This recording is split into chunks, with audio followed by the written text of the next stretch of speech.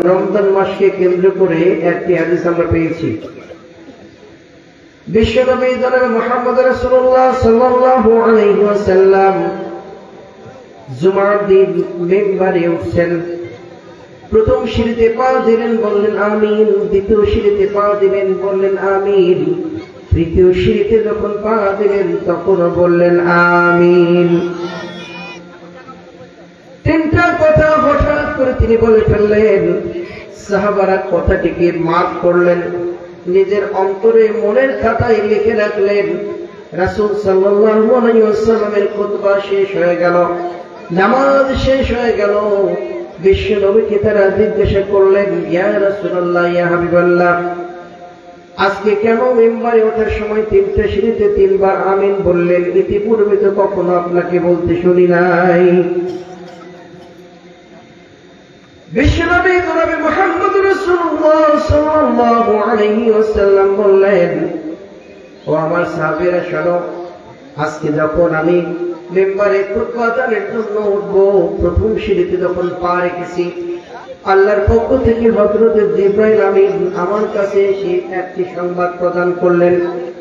বললেন, ইয়া রাসূলুল্লাহ, ইয়া হাবিবাল্লাহ, যারা রমজানের রোজা পেল কিন্তু নিজেদের গুনাহ খাতাগুলোকে মাফ করে নিয়ে দুনিয়াতে জান্নাত আদায় করতে পারলো না, ওই ব্যক্তি ধ্বংস হোক।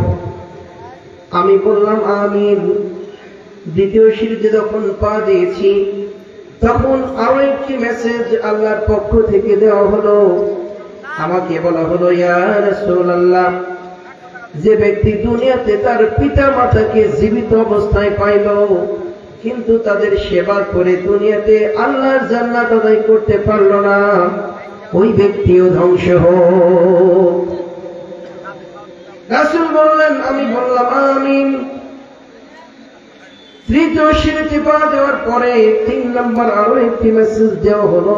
সেই মেসেজটি হলো, ইয়া রাসূলুল্লাহ, ইয়া হাবিবাল্লাহ, পৃথিবী যতদিন থাকবে ততদিন পর্যন্ত যতগুলা মানুষ থাকবে, সমস্ত মানুষদেরকে যখন তাদের সামনে আপনার নাম উচ্চারণ করা হবে, আপনার নাম উচ্চারণ করার সাথে সাথে, আপনার নাম শোনার সাথে সাথে আপনার প্রতি তারা দরুদ সালাম পেশ করবে। যারা এই কাজটি করবে না ওই সমস্ত ব্যক্তিরাও ধ্বংস হোক। রাসূল বললেন, আমি বললাম আমিন। কয়টা কথা? তাহলে রাসূলের নাম শুনলে সাল্লাল্লাহু আলাইহি ওয়াসাল্লাম বলতে হবে। এই হাদিস থেকে এটা কি প্রমাণ পাওয়া যায় কিনা? এখন আমরা বলবো তো বলবো। দরুদ রাসূলের প্রতি যত বেশি পাঠাবেন, কিয়ামতের কঠিন মাহশরের ময়দানে আপনার জীবনটা তত বেশি সুন্দর হবে। আল্লাহ রাব্বুল আলামিন কবুল